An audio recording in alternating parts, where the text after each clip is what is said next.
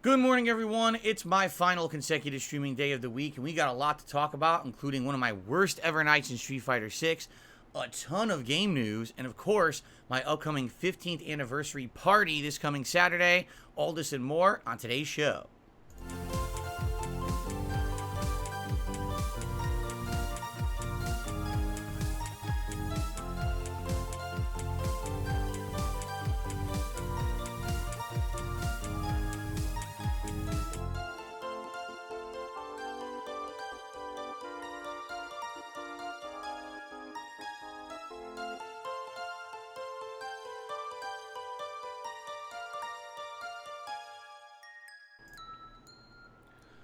Good morning, everyone. It is time to wrap up a short streaming week.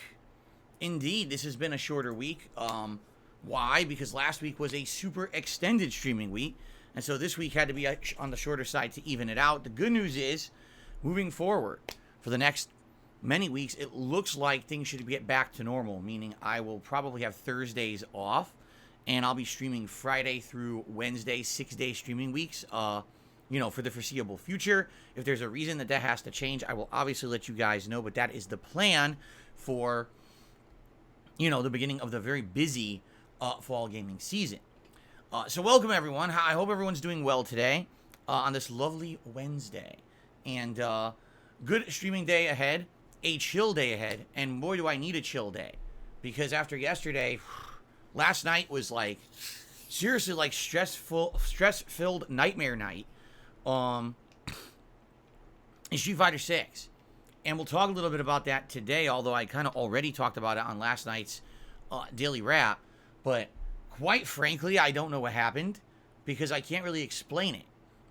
It could be one of many factors that we will discuss this morning for my poor performance. And it's funny because I say poor performance, right? Because the way I see it is last night, I actually came to the stream early to play Street Fighter 6 Ranked.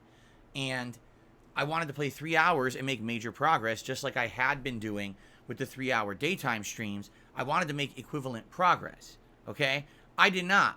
I only made half as much progress as I had wanted to. So in my mind, I'm thinking, man, that was like the worst stream ever, right?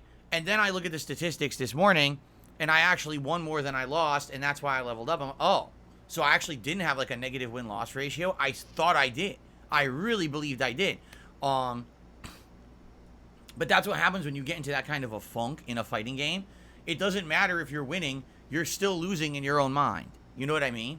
And that's kind of how it was hitting me, last night. So anyway, we'll talk about that. There's some interesting game news this morning. We've got the announcement and pricing for these upcoming new devices for your PS5 that allow you to play it remotely. But there is a interesting twist or wrinkle to this situation that is a head scratcher. So we'll talk about that. In addition, we got layoffs at Bioware this morning that were completely unexpected. We'll talk about that. So various different game news going on. And I also have an update in regards to this Saturday's big 15-year anniversary marathon party that we're going to have over on DSP Reacts. You guys have been wondering about, how many things were nominated and, how is that going to go down? Well, I have an update for that this morning. Oh my goodness, this thing is so tied up. I got to try to untie it. Anyway, I have an update this morning on that. So we have a lot to talk about today. And I hope that you guys will stick around, all right? So where do we begin? Well, first of all, today is the 23rd of August. If you can believe it, only a week left roughly here in the month. This summer, for me, kind of blew by. I think it's a combination of Street Fighter 6 plus, the lengthy RPGs that we played for about a month and a half. And then me implementing kind of the anniversary content over the last month. You know, the GTA 5 playthrough, the Chrono Trigger playthrough now on my new mini PC, which has been going really well. And I think that really has made things move fast. Usually in the summer, it's very slow. And we're like, man, I can't wait for the fall, can't wait for the fall. In this case, I'm trying to rush to get stuff done for the fall. I'm behind. That's crazy, you know? So thank you guys for everyone who's been here, chilled with me over this fun summertime. As it's coming to a close, you know, arguably the next 2 to 3 weeks is the end of summertime. The temperatures will start to dip in this part of the country. As we move into the fall, you know, probably what I'm looking for is by the end of September, take out the air conditioner, be able to have my window open at nights and have nice air coming in, which would be really nice. I guess we'll see. But yeah, I'm excited for what's coming. I know you guys are too. Tons of fun stuff. In fact, this Friday is the first big new release with Armored Core 6, and then a week after we got Starfield, and then just a couple weeks after we got 2 more games. It's going to stay at that tempo pretty much for the entire fall. Non-stop big game release after big game release, which is really cool. I know you guys have been waiting for that, all right? But before we get to the future, let's talk about what happened yesterday. Let's talk about the schedule for this coming week, because we got some really fun special stuff going on for my anniversary and the like, okay? So, let us recap yesterday. First of all, on my first stream yesterday, it was the return of GTA 5, the anniversary run to the daytime stream. It was a very chill, relaxing stream where we made good progress. I think we played 7 story missions. We also did several side missions. We finished the militia plot line. We continued on with the Epsilon plot line. We actually did the triathlon mission. Marianne, I guess was her name. We did the triathlon mission for Franklin. And I want to say maybe 1 or 2 other things. So there was a lot of progress yesterday. Really, it was. And what's funny is this was the kind of the middle of the game where you're stuck in the desert, and I didn't remember much of it. The only part of that part that I remembered was the bank heist. That was it. I didn't remember taking the train.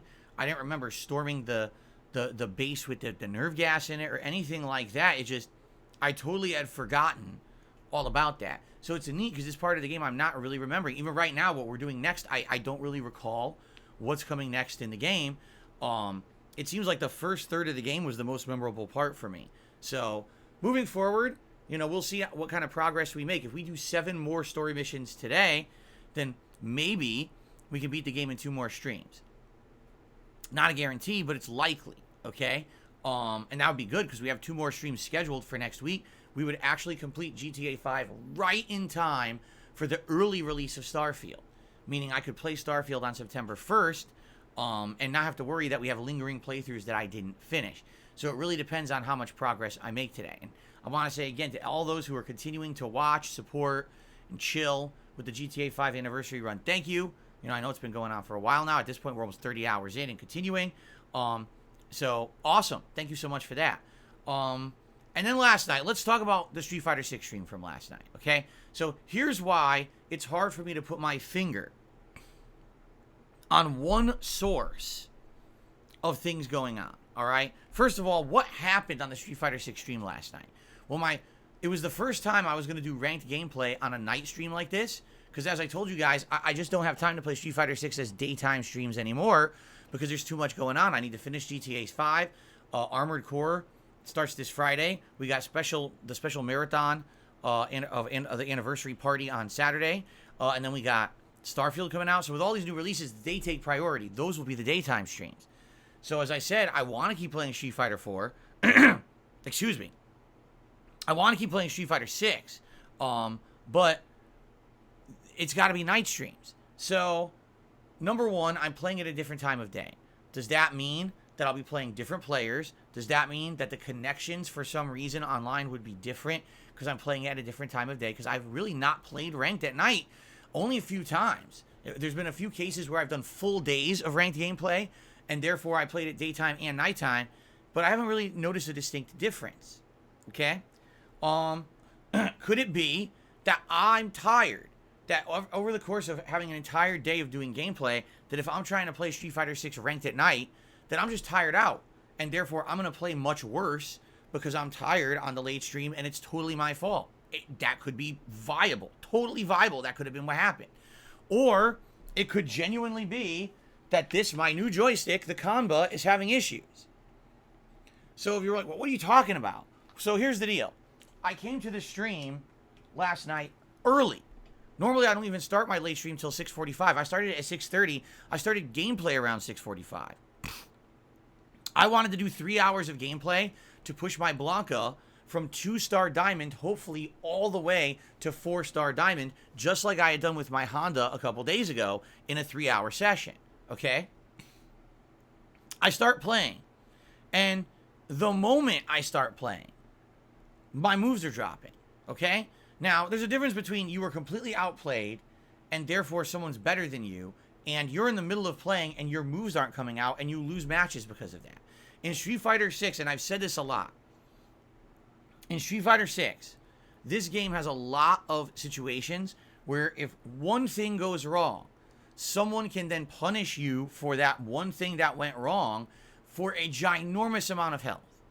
Particularly the top tier characters in this game can hit you for anywhere 60 to 70% damage combos at least once a match. That's incredibly frustrating. So let me get this straight. I made one mistake. One move didn't come out. One combo dropped. Oops, I didn't block once, and I lose 3/4 of my health bar, and now you're expecting me to try to come back from that, right? Incredibly unlikely. So that is the deal with Street Fighter 6. It really is one of the more difficult Street Fighter games to play because of that. Okay? Now, I start to play, and it's like, now wait a minute. I'm doing a combo. It's the basic combo I've done with Blanca probably at this point over 2,000-3,000 times, because I've played almost 5,000 matches.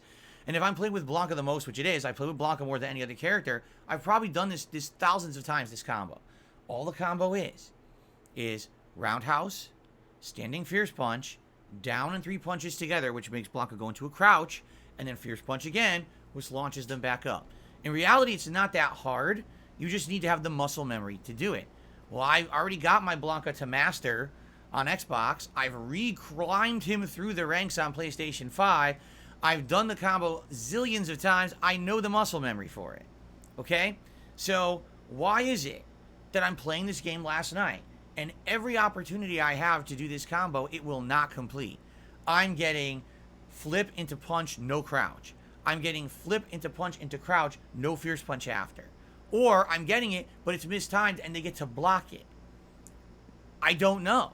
This is a guaranteed combo if you have the muscle memory. And again, I've done it so many times and not had issues. Okay? So, why is that happening? But it wasn't just that combo. There were definitely other things. There were times when I would do Blanca Ball and he goes, punch. Huh? There was one time, it was the end of a match, okay? I was right here and Ken was right here. And Ken threw a overdrive Hadouken, fireball. And I'm just standing there and I block and it hits me and I die. It wasn't chip damage, it legit hit me. Even though all I did was go block.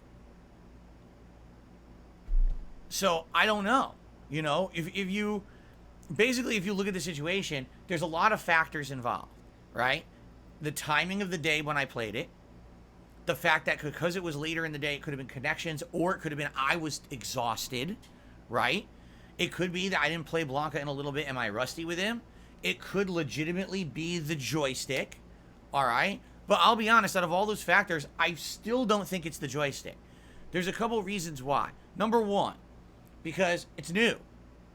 And even though when you get a new piece of equipment, you got to break it in, I've now been playing this for, 2-3 weeks? I don't think it's the joystick, all right? In fact, when I went to training mode during that night stream, which was offline and had no online component to it, you're just sitting in training mode, I got the combo every time but once. One time I did drop it, but outside of that, I practiced it like 20 times, and I got it 19 times. So how is it I can get 19 out of 20 offline, but as soon as I go online, I only get 1 out of 20? Do you see? So it makes me feel like there's definitely something going on there, right? And I don't know. It's confusing, it's annoying, and it pisses me off. And what happened is, as you know, I've been trying to be less salty. When I played with Honda the other day, I said, listen, here's what I'm going to do. If someone beats me, I'm not going to get upset. I might say, okay, it's the top tier or whatever, but I'm not going to be losing my mind over it. I want to stay more calm. I stayed more calm, and I had a really good Honda session, one of my best ever, great leveling and everything. Last night, it was absolutely impossible for me to stay calm because when you're playing matches and you have the match won, and every single time you have the match won, your combo drops, and then you lose that match because of it, how are you supposed to maintain your cool? It's like, why am I even playing?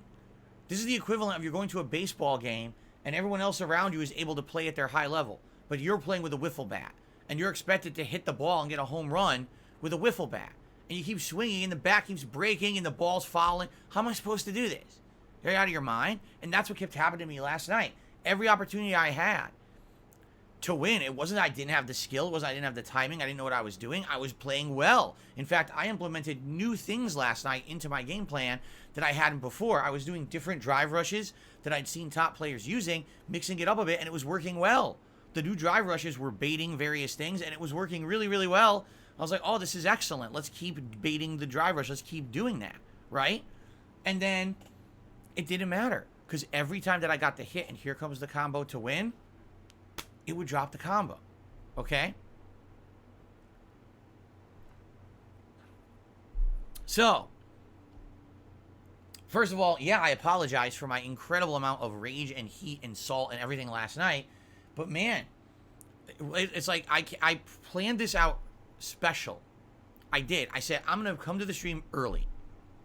I'm going to try to play extra so I can make extra progress. I want to try to get my Blanca and my Honda to master as soon as possible, because when we do, then not only can we have master level matches, but then we can switch to other characters and work on for variety. People have said, man, you've been working on Honda and Blanca for 2-3 weeks. You're right, but I'm not playing the game as much, and that's what's taking so long, you see? So I'm trying to do better. I'm trying to get through this, and last night really angered me after having special plans, gonna do it the first night stream. And this also doesn't bode well for the future, because what if this is now a pattern? What if every time now that I go to play Street Fighter 6, because I'm playing it at night, for some reason, everything goes wrong, right? I'm winning matches, then combo drops, wrong move, combo drops. I honestly don't know. I don't know how I'm going to continue to survive in this game if that's the case, right? So the thing is, again, I don't know what it is. Was it me? Was it the joystick? Was it the game itself? Was it a combination of factors? And the sad fact is, I just don't have my answers. And that's what's the most frustrating. It would be one thing if, like, okay, something went wrong. Let's analyze the situation. Let's figure out the root cause so we can solve that. You know, I'm an analytical guy. I used to, at my old helicopter job, I was in continuous improvement. You would analyze a situation like this. All right, here's all the things that went wrong. Let's set them aside. Let's calculate them. Let's figure out the root cause of each one, and then let's implement a solution. I have no idea what the root cause is, and I don't even know how to figure that out. Like I said, when we went to training mode, I wasn't having issues. So it seems to be something to do with playing online. But is it? I don't know. And the funny part is, it wasn't like, oh, every connection looked like it was bad. No, some of these connections looked great. 17 milliseconds, but I can't do a basic combo. Huh? How does that make sense? If there's 0 delay, then how on earth can I not do a combo? I get the feeling, I hate to say it, like most of these games with their rollback netcode, that it's not accurate. You may not realize this, and I've explained this before, and a lot of people dispute it because they have no idea what the hell they're talking about, and they listen too much to the FGC heads who talk out of their asses about how everything is good, so that you believe them and you'll watch their content. But rollback netcode is not the solution and end-all be-all of online netcode for fighting games. The better a connection supposedly is with rollback, the more inputs are dropped. I'm going to repeat that. The more or the better the connection, the lower the millisecond ping, latency, in a rollback netcode online match in a fighting game, the more inputs get dropped. Because that netcode needs to have that match show as smooth. So if it means fuck you, drop your input to make the match look smooth, it will do it. I knew this from the day rollback netcode was implemented. When the Cannon brothers launched it and wanted everyone on Shoryuken.com to start playing emulated fighting games online for free in the mid-2000s, and they said, here's our GGPO netcode. It's unique and revolutionary. It's rollback. And everyone started playing. And it kept saying low connections. But then when you played, half your fucking moves dropped. And I called them out on it, and they admitted it. And they said to me, yes, what you're saying is true, but don't say it publicly because we're trying to sell GGPO to companies to use in video games. And if you say that, they're not going to buy it. That was outright fucking said to me directly by the Cannon brothers. And this was the mid-2000s.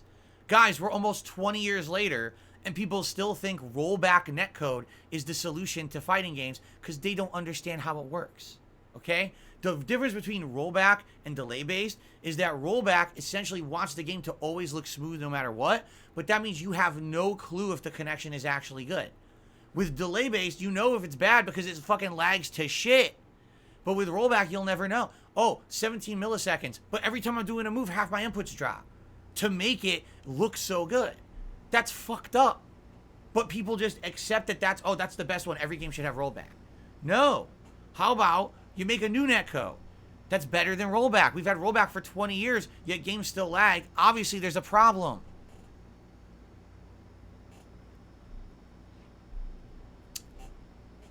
So, yeah, that pisses me off. Maybe that's what it is. Maybe last night I was having matches where the connections weren't so bad. I would say a lot of matches were like 17, 20, 30 milliseconds. Yet my combo drops every time. Why? Because the game's dropping my inputs. The things that I need to do have precise timed inputs, while the top tiers I'm playing are just dial combos. You know, you can do them like you're brain dead. You don't actually need any timing at all to do it. As opposed to Blanca, you have to have timing. It's not brain dead timing. You need to have everything timed right. You need to have everything spaced right. It's different. That's why he's not top tier. That's why you can't play him like a brain dead idiot. You actually have to be reacting to things going on in the game. But the top tiers are pretty brain dead in this game. To be quite frank, they really built them that way. So, yeah, maybe that's what it is. Maybe not. Again, I would say it could definitely be me because I'm getting older. And after having, doing a podcast, doing a 3+ hour gameplay stream, then dinner with my wife, cleaning up with the house and everything, and then trying to get up here and play fighting games, I'm probably exhausted. I probably am. And then once the first few matches go wrong, that could just lead to a big domino effect of me just being bad all night and never really recovering. But the thing that gets me is that in part 3 of last night, of all the 3 hours, the beginning of part 3, I had enough. I said, we're going to training mode. And I went to training mode and I wasn't having issues. So, what was it? I don't know. Okay? So, I wish I had solutions for you. I've tried to analyze this from every angle, and I don't think there's a way to figure it out.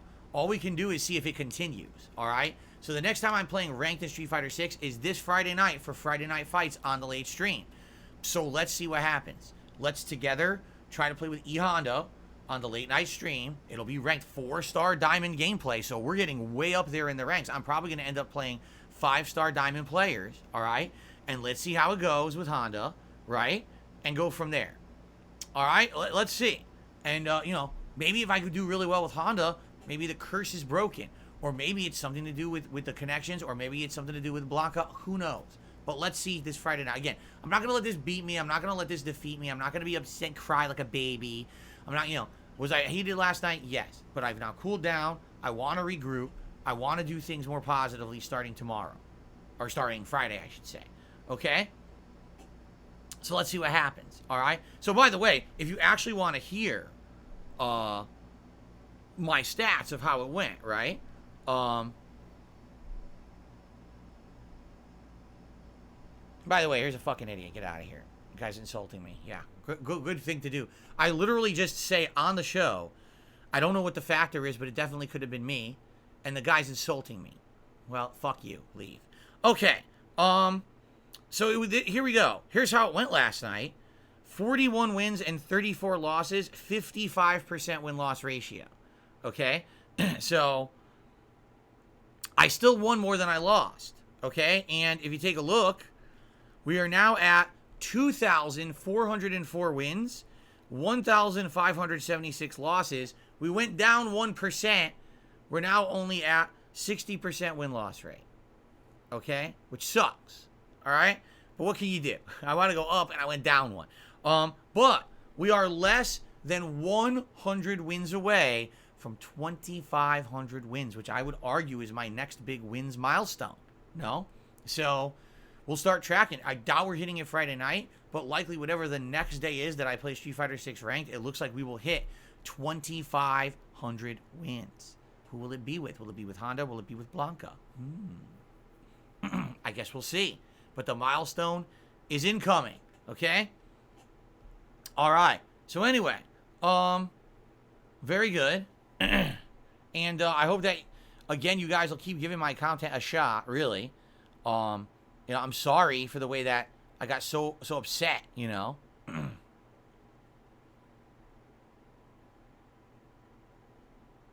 Rougeau's correct. Rougeau says you can't really compare combo consistency and training regardless of lag. So much other stuff you're thinking about and feeling can mess with timing. No, you're right.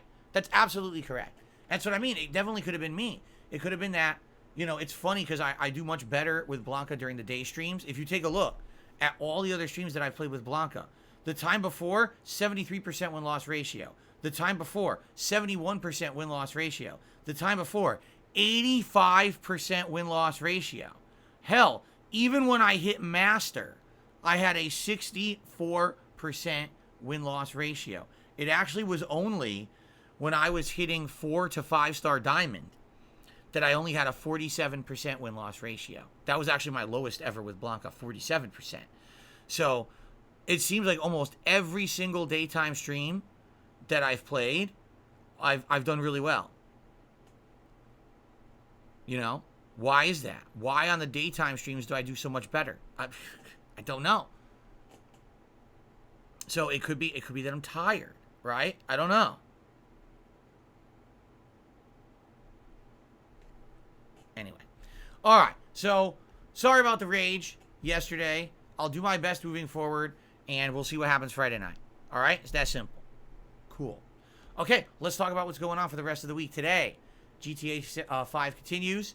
Hopefully, we'll do as many story-based missions today as we did yesterday. But I do want to continue with the I keep saying Ellipsian. The Epsilon missions. I do want to continue with the Epsilon missions. As we unlock them and approach them. We unlocked one, but I don't know how to continue the plotline again. We'll see what happens. All right. I know for a fact there is still a plotline with Trevor related to aliens, because I remember it from the original game. I just don't know how we unlock it yet, because we did the first mission and then the guy disappeared. And I think there's another Strangers and Freaks mission to do with Franklin right now. So there is still side content. So we're going to do some of that today as we approach it. But yes, my goal also is to do a good amount of story missions today and advance the plot. Like I said, at the end of today's stream, I said we were at 47 story missions out of 69 completed. So we got roughly 20 left to go. And with 3 streams left on the schedule today, and then next week I believe it's Monday and Wednesday, that would leave us with probably just enough time to beat the game before Starfield comes out.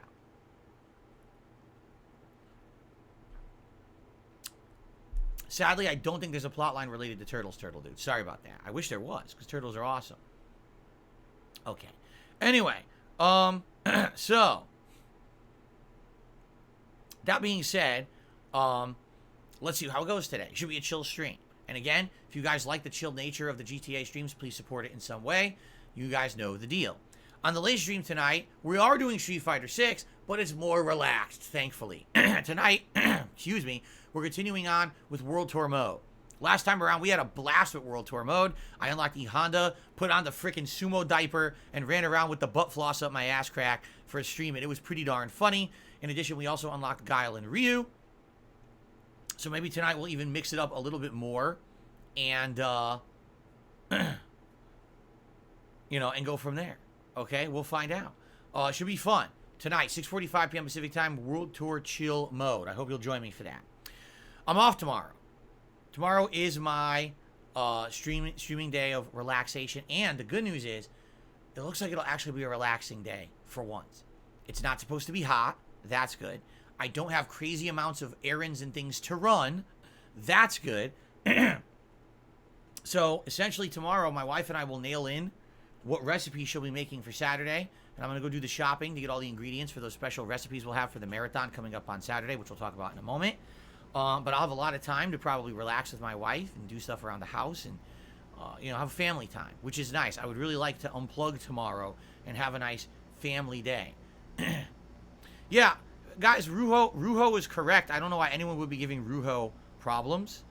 I read Ruho's quote from chat because they were absolutely correct. So please stop giving Ruho issues, because if you do, I'm going to be upset with you. I don't want to be upset on my very chill podcast. Look, it's blue behind me. See how chill? In fact, you know what? Let's make it even more chill. Okay, we've increased the chill levels.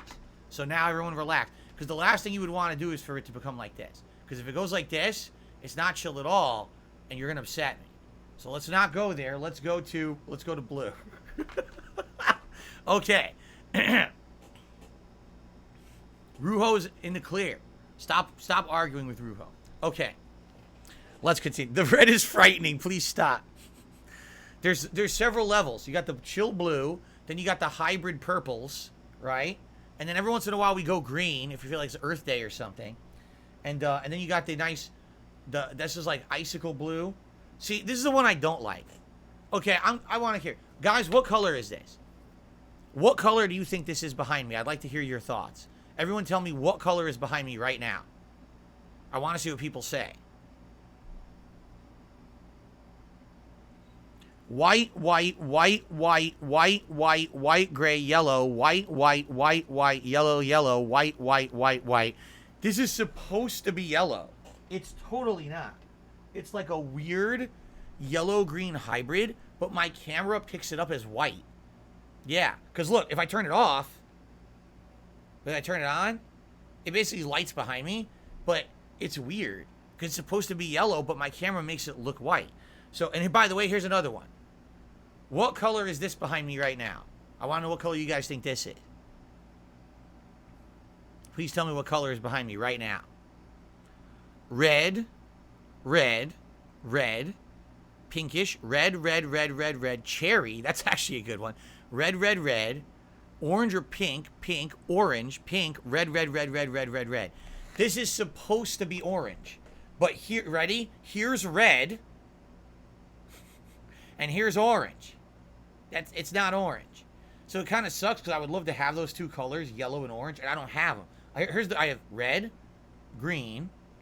This is supposed to be like aqua. Okay. Icicle blue. Dark blue. Violet. And true purple. So in reality, I really use blue, purple, green every once in a while, the icicle blue, and the red. I just alternate between those 5 colors because the other ones you can't really see. There's other weird ones too. You want to see some weird ones? This is supposed to be a new color. It's not. This is almost the same. See, it's almost the same as blue. It's just like a different variation of blue. And then we got this one. Again, it's just a lighter blue. And then we got this one. It looks almost the same as violet. See? It's almost identical. It's just lighter versions. They don't really add anything by being lighter. So I don't even know why they have those in there. It's pretty weird. Anyway. So, we'll keep it nice and chill blue. All right? All right. So you know what's coming up today? I'm off from streaming tomorrow. On Friday, the daytime stream will be the premiere of Armored Core 6. I have absolutely no idea what to expect. I don't know if I'm going to like it or not. I know it's a mecha combat game and it's challenging. That's literally all I know. So we'll all be in the same boat on Friday trying out Armored Core 6 on the Xbox Series X. Will I like it? Will I not like it? I have no clue, no concept of what we're about to experience. So hope you'll join me Friday for the premiere of Armored Core 6 and see how it goes, okay? Friday night will be Friday Night Fights. Yes, it will be ranked Street Fighter, E-Honda, and we'll see how it goes. Will I do better with Honda on Friday night than I did with Blanca last night? Keep in mind, it'll be 4-star to 5-star diamond gameplay, so we're right on the edge of Master, so it might actually be more challenging. So I guess we'll see what happens on Friday night, okay? Then on Saturday, it's finally here, folks, and I have a big update on this I'd like to share with all of you because people have been asking questions about Saturday's marathon. It is the 15-year anniversary party. It's going to be a great time. Here's what we're doing on Saturday. First of all, there will be a Level 1 podcast right here on DSPGaming. But once that podcast is done, we're all going to head over to my React channel, DSP Reacts, which you can find at youtube.com/@DSP And I'll say this ahead of time. If you are usually a regular over there and you want to talk to me during the marathon, you have to subscribe to the channel at least 24 hours in advance. It is a sub-only mode, just like it is here, to stop bot accounts and trolls. So please go subscribe to DSP Reacts if you haven't, so you can come by and say hello and talk with all of us on Saturday, okay? Fair enough. I'm going to keep talking about that as we move forward so that you guys remember to do that in the next few days. Okay. Now, what are we doing on Saturday during that event? The first segment, I'll be talking about my history as a YouTuber. 15 years is a very long time to do anything. And I've been making YouTube videos consistently for straight 15 years. I've got over 70,000 videos that I have made for YouTube on various channels over the years. I'll go through my history as how I began as a YouTuber, what my philosophy was back in the day, the highs and lows of being a YouTuber, the issues I had with copyright, why eventually I made multiple YouTube channels, what it was like being partnered with partnership companies. I'm going to go through that. It'll be about an hour. I'll do an hour while we're talking, and I'll tell you all about my history over the years as a YouTuber and how things went up, highs and lows, and how things changed and all that stuff, okay? That'll be a fun trip down memory lane. And by the way, yes, you guys will be able to interact with me and talk, and I'll be talking with you during that whole time. So it's not just me talking, it's us having a fun conversation about my history and past, okay? Then, we are going to watch your nominations for your favorite moments of my 15-year history as a YouTuber, as you've been nominating all month. Both the channel members as well as standard viewers have been nominating, and I have an update on all of this, okay? So here's how it works. We have about 30 different posts from channel members, each nominating 1 to 2 clips, all right? So right there, we have about anywhere from 40 to 60 clips from channel members alone. And then we had about another 11 or 12 people who also nominated 1 or 2 clips each. So all in all, kind of tallying together all the clips that have already been nominated for this show, we've got anywhere between 60 to 80 clips, okay? But are there duplicates? I guarantee you there are duplicates, okay? Are there ones that have to be eliminated? I guarantee you there are ones that have to be eliminated. So what I need to do is on Friday night, I need to sit down and look at the ones you've nominated and put them into a playlist and notate things like timestamps and stuff. The thing is, there's stuff that I'm not going to be able to watch. Anything that has copywritten music and stuff in it, I can't do it anymore. I used to be able to do that stuff back in the day, but that will get my stream blocked on YouTube. So that's a no-go. Stuff that has, various information from the past and things like that that's not pertinent to today, or, things that may be considered more risque and the things that would be against YouTube's terms of service today, that kind of stuff we can't do. It sucks because YouTube has really changed in the last 15 years from being a place where, people could understand the kind of, fun, and instead became, oh my God, everyone is offended by everything. So you got to be more susceptible to that stuff. I have to be careful. I can't have my anniversary stream get shut down. You know what I'm saying? So I will be going through all that stuff and getting the playlist ready. Now, here's the deal. We have a few days left. We still got today, Thursday, Friday. You still have a chance to nominate moments if you have not yet, whether you're a standard viewer or you're a channel member. If you're a channel member, you get priority. We're going to watch the member nominations first. How do you nominate clips if you're a channel member and you haven't yet? Go to the main channel page of DSP Gaming, go to the members tab, and you will see the thread right there posted, and you can post up, and it's 2 nominations per member right now, okay? So, excuse me.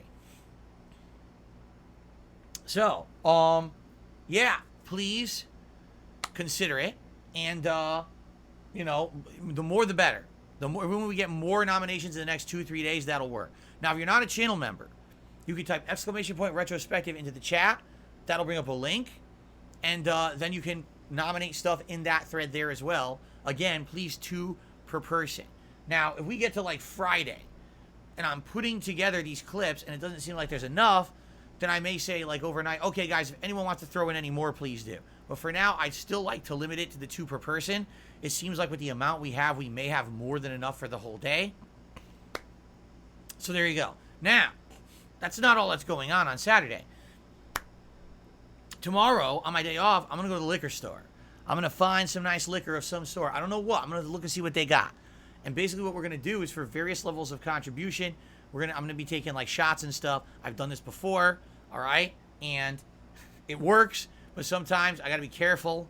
If I get too many contributions in one day, I got to be like, oh man, I really got to curtail as much as, as I'm drinking. I don't want to kill myself or anything like that. But I want to see what they've got. Last time it was, what was it? Bourbon. The time before that it was tequila. And geez, the time before that wasn't it gin?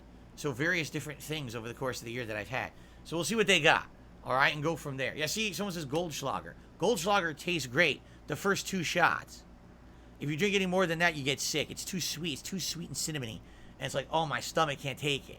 So that's what I mean. Like, you don't want to be doing that. Or if I do it, I'll get a little thing of Goldschlager just to take a couple shots, and then I'll go on to something else, right?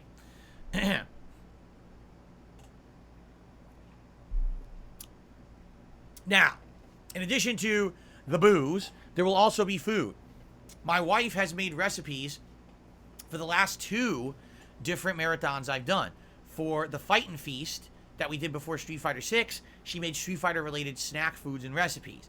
For the the Digital Summer Party, which was a summertime event, she made chili cheese dogs and homemade mac and cheese, both of which were amazing. Okay, so I'm sure she's going to do something different this time. What? I don't know. She's actually looking into that today, and we're going to get the ingredients and everything for it tomorrow.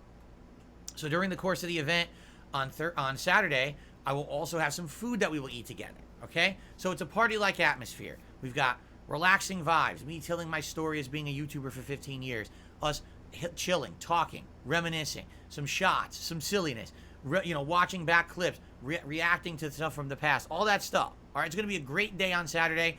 Whether you're a new fan, whether you're someone who's been around for 15 years, or somewhere in between, if you can attend the marathon on Saturday on DSP Reacts, please swing by. I would love to see people who I haven't seen in years just come by and say, Phil, I just wanted to say hi for your anniversary. I would love that. Just to see people for a minute and say hello. That's awesome. So I hope that maybe that could happen. We'll find out what happens this coming Saturday. All right? So, good stuff. And I hope to see you all then. It'll be a fun day-long event. All right? Okay. Sunday, it will be the regular React show, DSP versus the Internet, which is me watching clips from the Internet as nominated by the channel members. Sunday night, we'll do Chrono Trigger. Okay? Then Monday will be GTA 5 paired with Street Fighter 6 Ranked.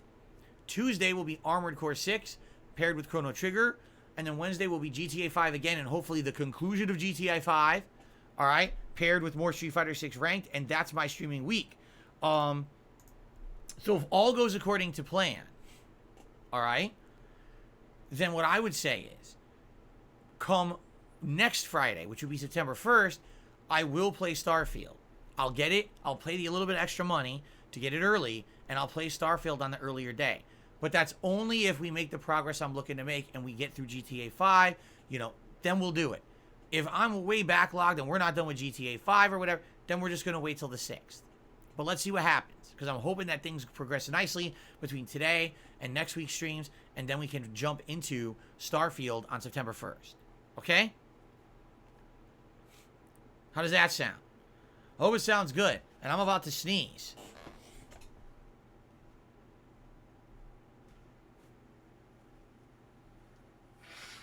Ugh.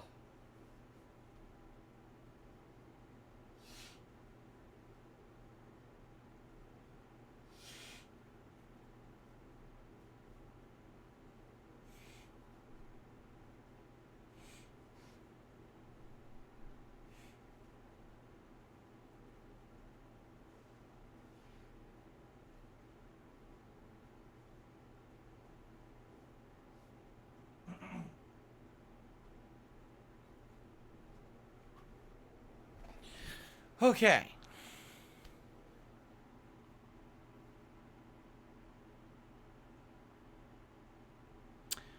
Newtport, what a name, says, with how hype Starfield is, I would definitely push back GTA regardless and play Starfield on the first. I think there's a lot more interest in GTA. Oh, I know that. But again, I don't want to get into a situation where I'm now playing so many games and we're backlogged on all the games and we can't get through them and everyone's upset because now I'm not putting enough time into the games that people want.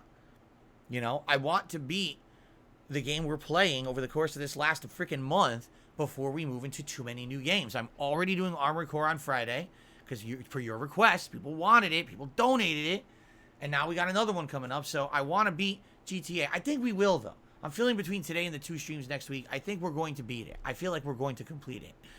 I guess we'll see. Okay. So anyway, so that's the deal.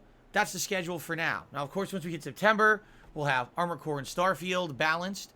We'll be trying to wrap up Chrono Trigger. We'll have Street Fighter 6 going on. We'll have more new releases later on in the month. All right? So I feel, and by the way, we talked about this yesterday. Should there or should there not be a special event in September? If there's a special event in September, I feel like it should either be a retro event where for one day I play a bunch of retro games and just enjoy myself. Or, and what would they be? Maybe I try to beat Super Mario Brothers 3 in one session. Maybe we play a bunch of the classic Mega Mans in one session because they're very short, something like that. Or we do a long-form react. But the question is, what kind of long-form react would you guys like to see if I do one in September? I'm curious what your thoughts are. Another documentary from June the King. Have you guys watched any of those over there recently and enjoyed them? He has a bunch over there that I haven't touched upon that I would be interested in. I told you guys one day I definitely want to do the Nostalgia Critic one. Like, I feel like that one's going to be one of the best ones for me because that's someone who I was a huge fan of and was going to join. I was going to join their website as part of their content creation group, and it looks like I dodged a bullet, right?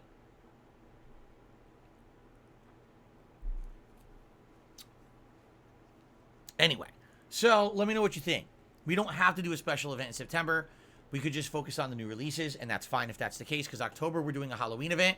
November we're going to do the next Adpocalypse. I guess we'll call it Return of Adpocalypse or Adpocalypse 2.0 or something like that, right?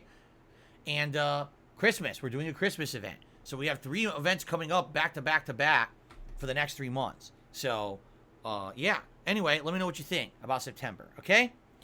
All right, so that's what I wanted to talk about. Now, before we get to game news, because we do have some significant game news to talk about today, I just want to remind everyone that I'm a crowdfunded individual, that I don't have any sponsorships or partnerships. There are no product placements on my streams, and I do my very best to not monetize you as much as possible.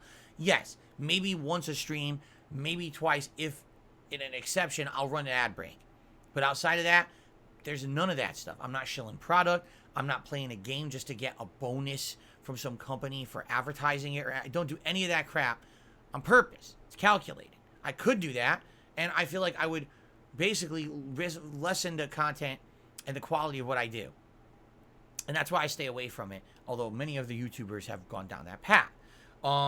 So, thank you, because you guys are really the ones out there who allow me to do what I love for a living, all right? It's through you and your crowdfunding that allows me to not have to do that kind of stuff, and instead to focus on meaningful content, interactions with you. That's always been my focus, right? So, please, if you like the content, support the content through the various means I'm about to mention. And just so you guys know, because I'm getting asked in the chat, I shout out all contributions on the podcast in the final segment. It's coming. But I got to get through my news and everything first so that way we don't get distracted and don't get through the topics. But I will absolutely shout out all contributions at the end of the show, okay? So, how can you support? Well, first of all, simply liking this stream. If you're enjoying yourself, please give the stream a like. That engagement is key for success. Same thing if you watch my podcast on demand every day. Liking the podcast and leaving comments on it boost the engagement numbers and get more people to see it. So please consider doing that, okay? Now, if you want to go above and beyond and support in a way other than just, you know, something that's a click, you could do various things. You can do a super chat or a super sticker on the live stream, or a super thanks on the video after the fact if you're watching it on demand on YouTube. You can become a channel member and get benefits, all the different benefits, the ridiculous amount of emotes, the fact you don't have to abide by slow mode rules, the cool chat crown badge, the priority that you will get during upcoming special events like this marathon on Saturday and other seasonal events coming up by the end of the year. Now is a great time to become a channel member. Or if you want to help out the community, if you like the chill vibes and the atmosphere around here and you want to help out your fellow viewer, you can gift memberships to the community, and they absolutely appreciate that. In the last few days, there's been quite a few, and it's helped out a lot. Please consider doing that. Today, my goal is to try to hit 540 members between both streams I'm doing. So if I do that, I consider it a success. please consider either becoming a member or gifting some memberships today, and thank you so very much. Tipping. Tipping is very important. Here's why. When you tip me via a contribution on PayPal, number one, I get it right away.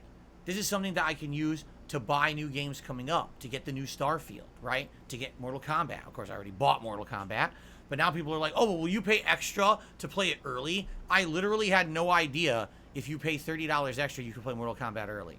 I think it's a ridiculous practice for a competitive game to be able to do that, but this is how every game is going these days. Pay $30 extra, play it early. So there's just various things to consider. And of course, tips would also help me to offset things like the ridiculous cost of this joystick that I just bought and everything else that I did in the month of August. So please consider tipping. And I would love it if we could hit a tips goal today. Reason being, we didn't hit a single tips goal for 2 days. And the tips goal is $50. And if we do that, I put on my Gunner glasses. And then if we have higher tips goals, like 100, 150 hit, there's further rewards. But we haven't even hit the tier 1 goal in 2 days. That's the slowest we've had in a while.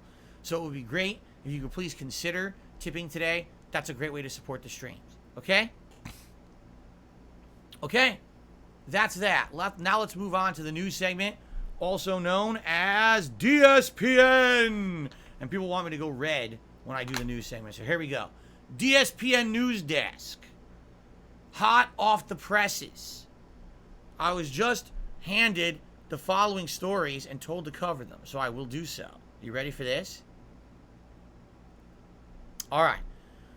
First story for today.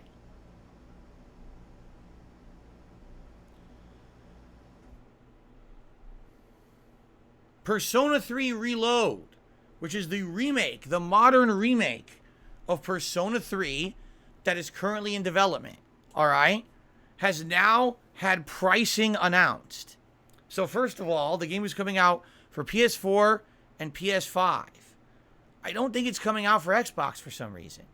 I don't know. I didn't see it listed for Xbox. I just saw PS4, PS5. Okay? So, there's, if you can believe it, 3 editions of this game. It's Game Pass. The standard edition will be on Game Pass. Okay. Oh, you're right. It's right there.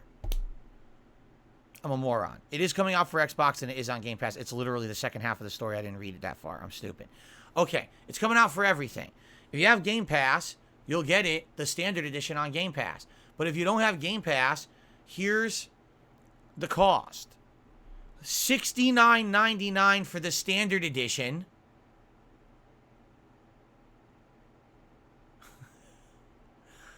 $79.99 for the deluxe edition. And a whopping $99.99 for the premium edition. Is Atlas aware that Persona 3 is an old game? Because we've seen these modern ports of these games before, and I don't ever recall them being sold for $70 to $100. And typically, they sell them for a discount because it's a game you've already played, and this is just a way to get you to play it again, right? So, looking at these prices, I'm like, what in the heck are they thinking? Now, remember, supposedly, Persona 3 Reload, it is the same as Persona 3, but they have remade various parts of it. They apparently have remade, some gameplay elements, some graphics. They're making it more accessible to modern audiences. How? We don't know. They did not really explain it yet, right? They didn't say, oh, well, these gameplay elements will be dramatically changed in this way or that way for the better. We don't know yet. I can tell you this. Here's what I would like. Modernized checkpoints. And essentially, at the end of the game, to take away the randomness element. Because at the end of the game, there's a couple of situations where enemies can hit you with status ailments. And if they do, you just lose. It's not like in other fighting games where, you get hit with a status ailment and it's like, okay, well, now I have to deal with this. No, it's like, okay, so your party's confused and there's no way to get them out of confusion and they're gonna die. Oh. And the thing is also, each character in the game has kind of a role. So if one of the characters that has that role, like what if one of your characters is the person who revives the party? Well, if they're confused, you have no way to stop it. You're done. Game over. And so the reason that really, the thing that freaked me out about Persona 3 that I rage quit it at one point was that the final boss is an insane gauntlet, which I guess you would expect in a lengthy RPG. But the fact that it's a gauntlet and then at some point it can hit you with a random status ailment, and now you have to do the whole fucking fight from the beginning because you lost, and it takes forever. And I redid that final boss 3 times and still didn't beat it, and I said, fuck this game. And I turned it off, and I came back a year later, and then I beat it. So, if you're going to charge me $70 for the game, take out the bullshit. It doesn't add, it's not even like, oh, this is a challenge you can overcome. It's not. It's RNG. The game can snap its fingers and say, fuck you, you lose the fight, do it over from the start. While someone else could do that same boss fight, and because it's RNG, they don't have the status ailments afflict them, and therefore they win on the first try. How is that fair? So if you're going to modernize the game, fix that kind of shit. Make it more fair. I'm okay with difficulty. I'm not okay with, oh, you're rolling the dice, it's gambling, and you might get fucked and have to start over and gamble again until you don't get fucked, right? That's really stupid. So anyway, I think those prices are ridiculous. I do think that's way too expensive. It's up to you to judge, but I think that if you're going to do a remake, I'm sorry, it's an old game. Did you remake the entire game from the ground up with a new story, new voice acting, new plot elements, new graphics, new everything? Or is it literally the same game that plays a little bit more modern? You know, that's the real question. Until we get the full answer and we see everything about this game, I don't think we can get our answer, you know, there. But the problem is the pricing is like as if it's brand new. As if this is Persona 6. It's not Persona 6. It's Persona 3 again. So I do think those prices are ridiculous.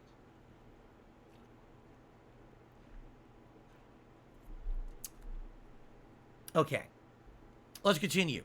The next news story is about something that we actually talked about a few months ago, but it's been rebranded.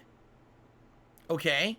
And is now going to be sold, and it's really confusing.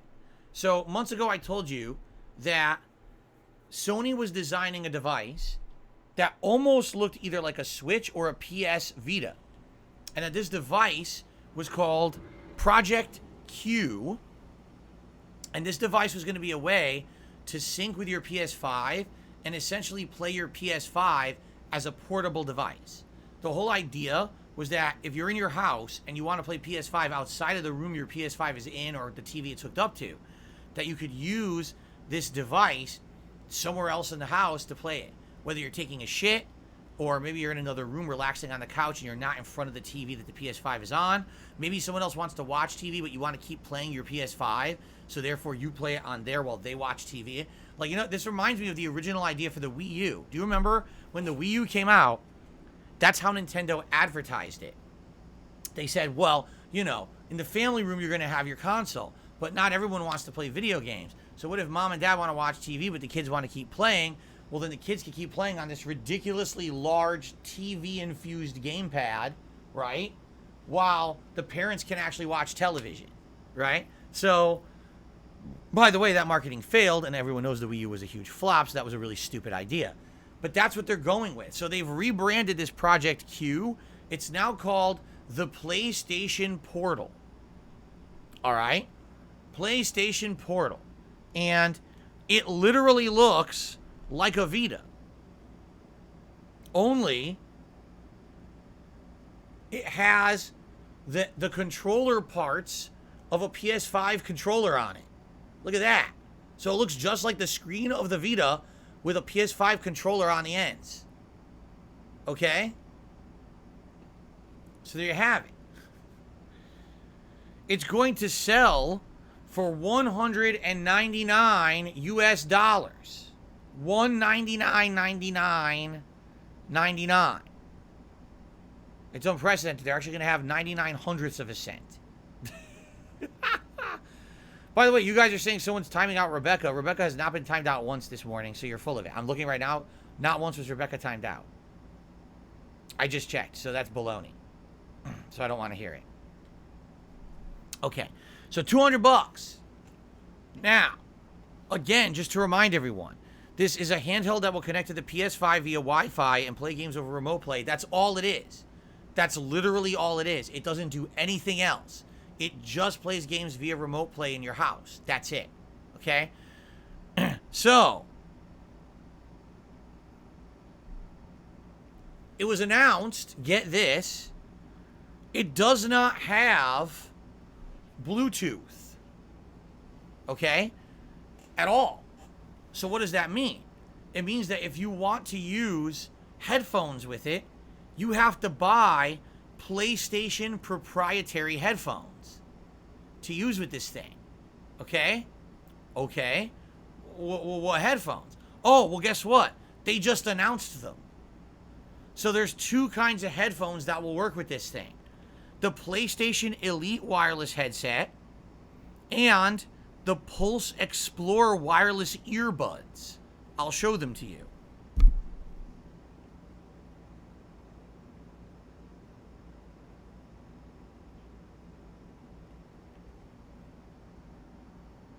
If you don't notice, that headset looks familiar. It's because it's the new model of the old headset that they used to sell about 2-3 years ago. I bought it, remember? And I actually used that headset for the whole first year that I had a PS5. The problem is that headset falls apart. Within 1 year of use, the entire ear cup had come off and it was breaking and I had to get rid of it. And that's when I actually bought my current neck phones and I've been using those ever since. So it's hilarious because they're like, buy this headset, but the headset is not reliable and falls apart. Or there's your earbuds, which essentially kind of look like stylish earbuds. I'll agree, I like the look of them, but they're just wireless earbuds. They're not going to be any better or worse than other earbuds that you have. However, what you might want to hear is the pricing. For a headset, $149.99 for the wireless headset. For the earbuds, $199. Ladies and gentlemen, the wireless earbuds that work with this new PlayStation Portal are the same price as the PlayStation Portal. And again, no Bluetooth. So you have to use these proprietary devices if you want to have wireless. Now, it does supposedly have a headphone jack. So if you just have standard headphones and you want to plug them in, you could do that. But if you want to use wireless, you have to buy these pricey proprietary Sony devices. Okay? So people looked a little bit more into it. And they're like, so what exactly can the Portal do? Well, listen to this. No Bluetooth, as we already said. No local play. Not even media playback. Okay? Nothing. No local play whatsoever. No PS5 cloud streaming allowed. Your PS5 games must be fully installed on your console. You cannot do cloud streaming over this device. It's trying to target the same battery life as a DualSense controller, which would make sense because it has the DualSense controller attached to it. The problem is the DualSense controller doesn't last very long. Maybe 4 hours, if that. There's been daytime streams where I've turned on my PS5 and used the controller, and by the end of the stream, the controller says it's dead. And I only play for 3 hours. So can you imagine trying to use this thing as a portable PS5 and you can only play 3-hour segments and then the battery dies and you can't replace the battery because there's no way to replace batteries on a PS5 controller. You have to plug it in to charge it.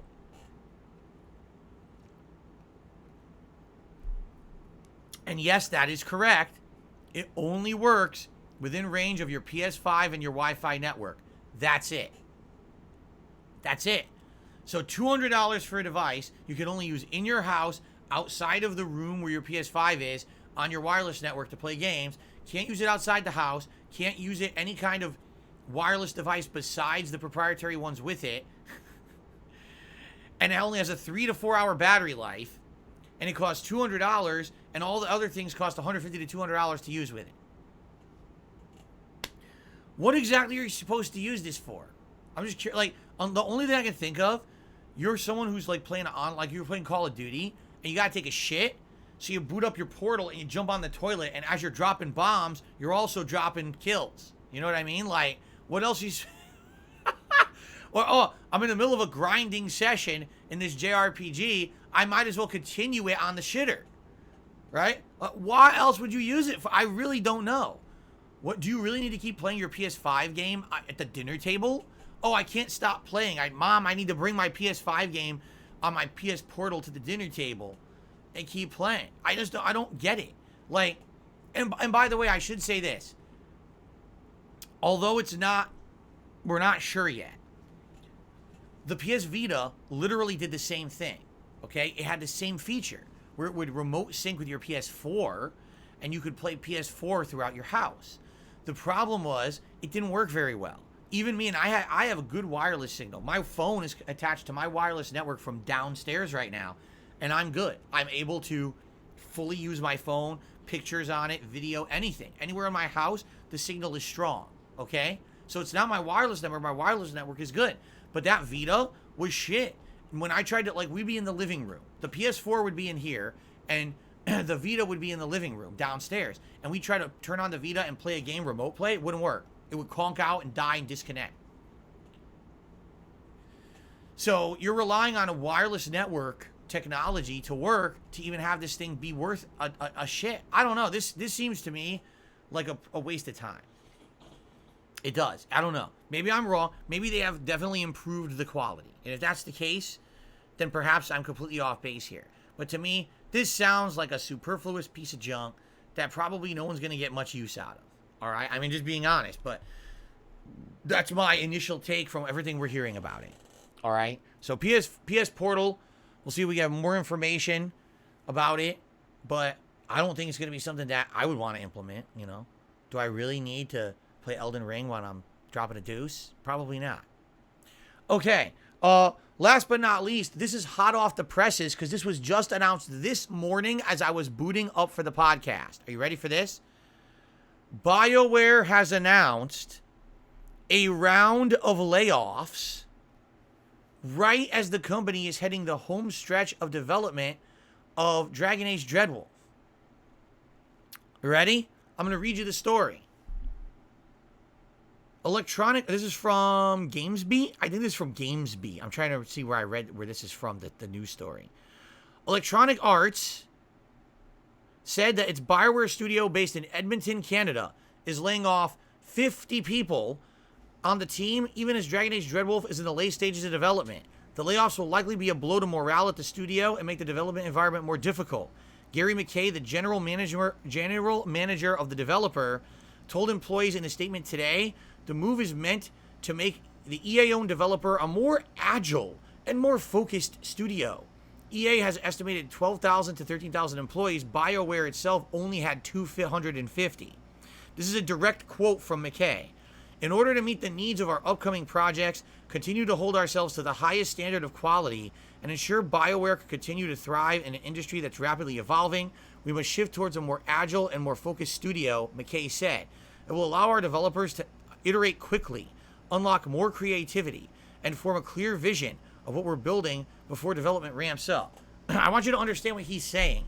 He's saying by having less employees, we're going to be more agile, we're going to be more focused, we're going to work more quickly, and we're going to be more creative by having less employees.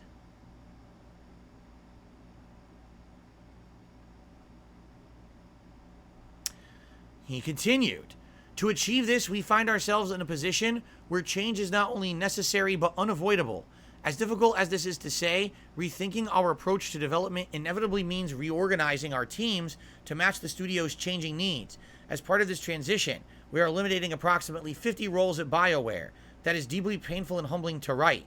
We are doing everything we can to ensure the process is handled with empathy, respect, and clear communication. The story goes on to basically say that McKay wants to try to find jobs for everyone within EA, but he doesn't guarantee it. Basically says we're going to do what we can, to find jobs for people internally, but there's no guarantee that we're going to. Oh, okay. That's interesting, right? So anyway, I'm going to be honest here. Do you really think there's ever a situation where by eliminating 1/5 of your overall workforce, right, that you're going to make things better? Right? Be honest here. You know, I remember I worked for the helicopter company, Helicopter Support Incorporated.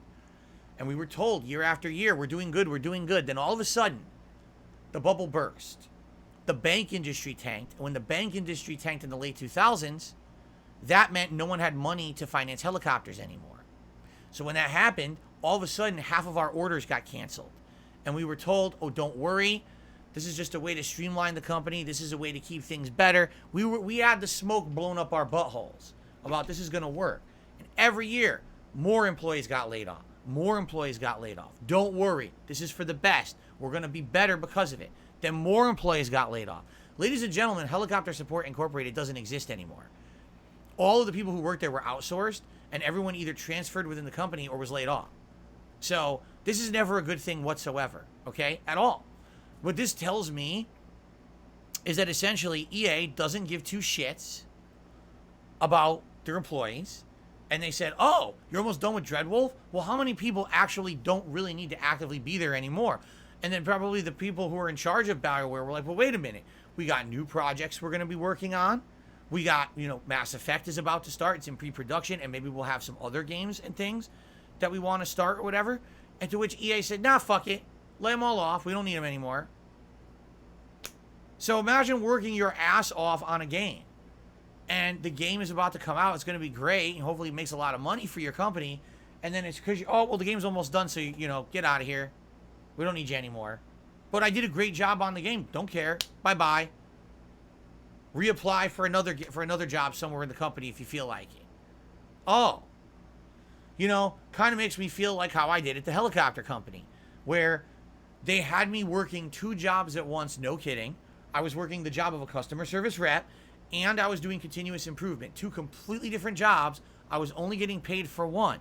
And I was promised that if I did this continuous improvement work, that this was my future. That I would probably get hired for a role full-time in the company doing this, or I would be the ambassador for continuous improvement to the company and the kind of the liaison of it.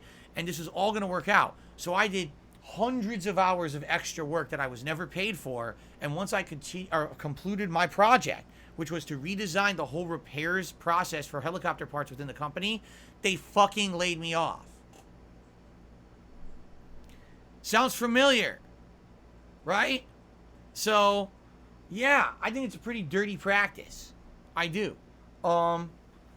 It's funny because people have always said to me, during my 15 years now as a YouTuber and the 12, 13 years, because I started doing this, I would say 2011 was my first year doing it full-time.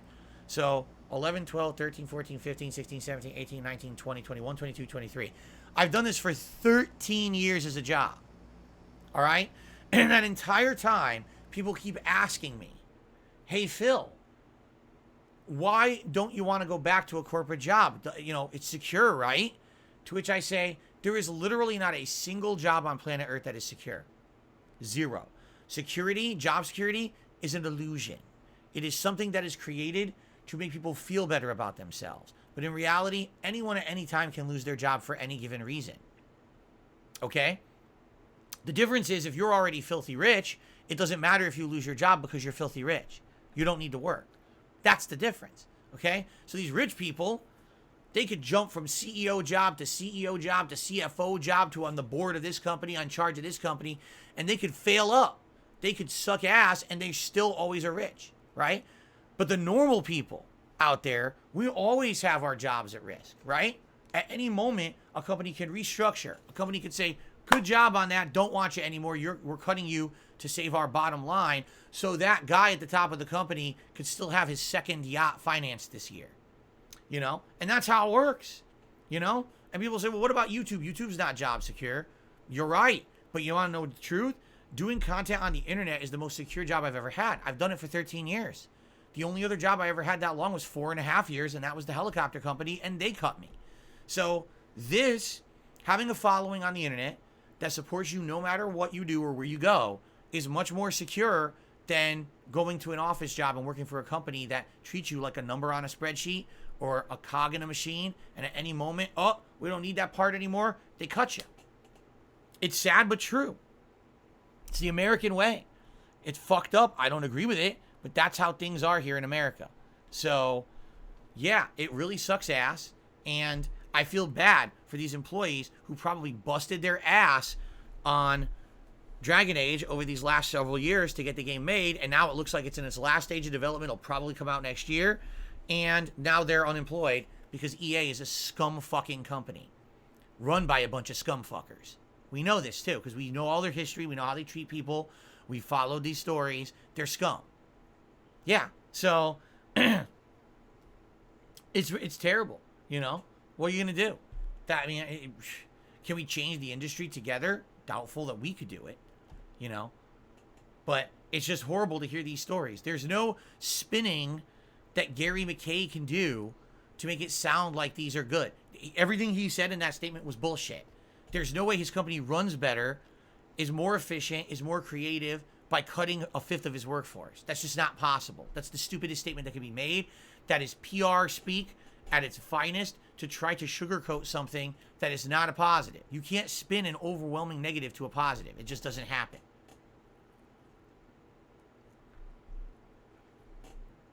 So, yeah, terrible news. Hate to hear it. Sorry for those employees. I hope that they find better employment somewhere else. Okay? All right. Excuse me. So, that's what's going on right now in gaming news. That was a lot to talk about today. All right. So now that we're in our final segment, we get the shout outs. So far today, we have one contribution. A single contribution, okay, from Tubi is Cute, who did a $5 super chat. Thank you, Tubi is Cute. Don't worry, it wasn't that bad from what I saw. You'll bounce back. And I beat arcade mode last night. I'm going to win next community. Oh, you mean next community night when we play Street Fighter 6. I see. Thank you, Tubi is Cute, for the super chat. First contribution of the day.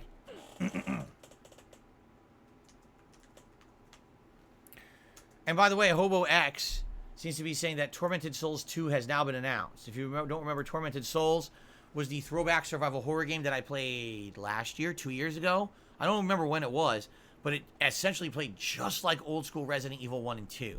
And in that regard, it was very entertaining because it had those kind of puzzles. It had that kind of gameplay. I liked it a lot because of that. So apparently it's getting a sequel. Cool to hear. All right.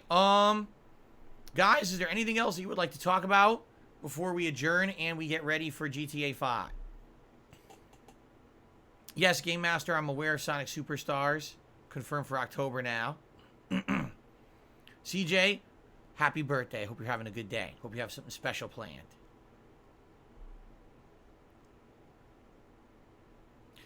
No Sleep Real Vibes, as I've already said, I have no idea if I'm getting Persona 3 Reload or not. If I do, likely I'm going to play the Game Pass version.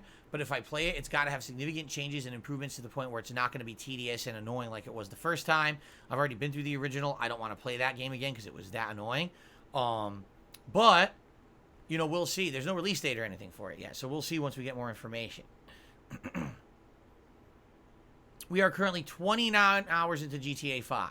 And we are 47 story missions out of 69 done. So we're getting there.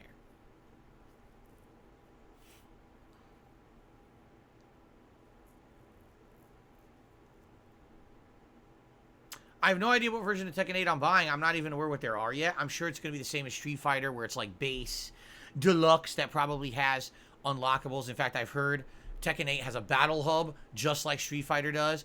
Tekken 8 has customizables for your avatar, just like Street Fighter does. So more than likely, that's what it's going to be, is if you buy the deluxe edition, you get bonus currency or whatever for the game, where you can unlock those things like earlier, you know, without earning them in the game or whatever. It's probably what it is, so...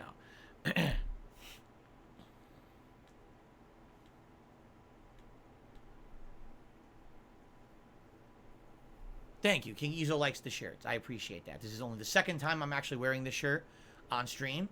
I really like these shirts, and they're relaxing and they're comfortable, aerated for the summer. By the way, like I said, I actually have more shirts for the fall that are more like long sleeve button downs, like shirts you would wear out that are nice. And I've never worn them on camera at all. I've had them. And I wear them for like when I go out during the fall when it's cooler. So once it gets cooler and this air conditioner's gone and I have like the window open for the fall and there's cooler weather and stuff like that, I'll probably wear those on stream too. But we'll see. I told you, I get these at discount stores. I don't pay full price for these shirts. I just go to one of those discount stores that either resells product that wasn't originally sold at a store for full price, or there's some stores that are like, product that got returned, product that sat in a closet for years that was never used. I buy it from there, and I'm not kidding. These shirts I'm wearing on stream are around $8 to $10 shirts. Even though original price was probably like $70 on some of these, I get them for $8 to $10.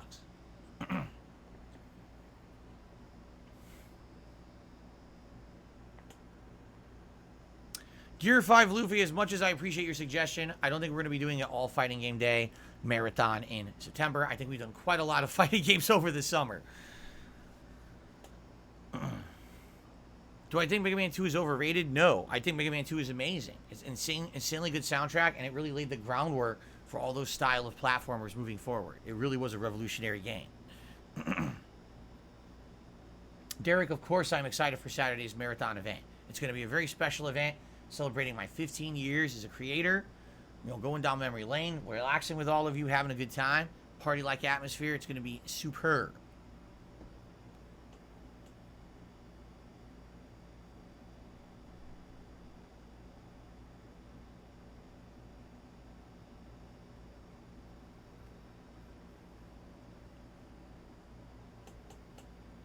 I don't know if I'm playing Lords of the Fallen or not. I have no idea. We'll think about it. But the thing is, it's coming out in October, which is already an insanely packed month. So, the question is, for every game that I play in October, what games do I not play? Right? That's really the question. Because if you look at October,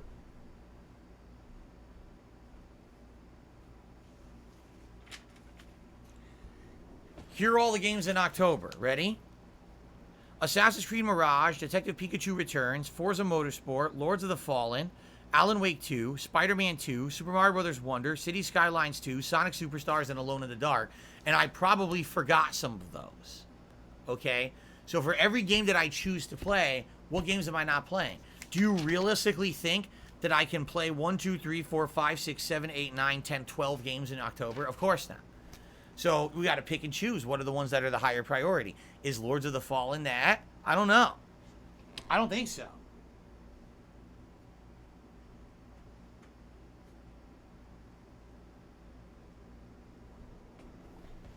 Okay. Let's see here.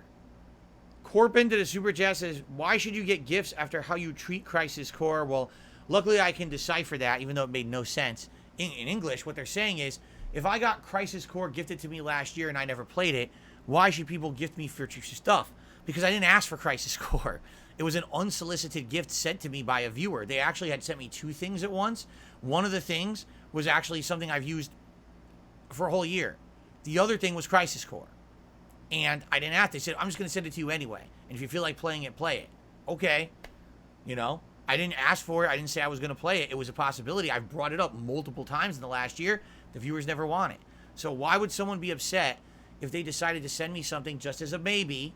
I never said I was going to play it. I never committed to it. And I've given you guys multiple opportunities to choose, and you said you didn't want it. Why would someone be upset about that? I think you're a little off base there. DSP is the GOAT to the Super Chats. Torment of Souls 2 announced. Pretty cool. Yes, we actually just mentioned that. DSP is the GOAT. Thank you for the Super Chat. Obviously, I'd be interested in it. I loved the last one. Because it played so much like classic Resident Evil, and I really dug that. So, do I want Super Mario Wonder to be more challenging than the other 2D Mario games? Honestly, yeah. I feel like the other 2D Mario games were quite simple. So I would like a more challenging game, but I don't think they'll go that way. I think they're going to make it like a kid's game again, probably. Okay.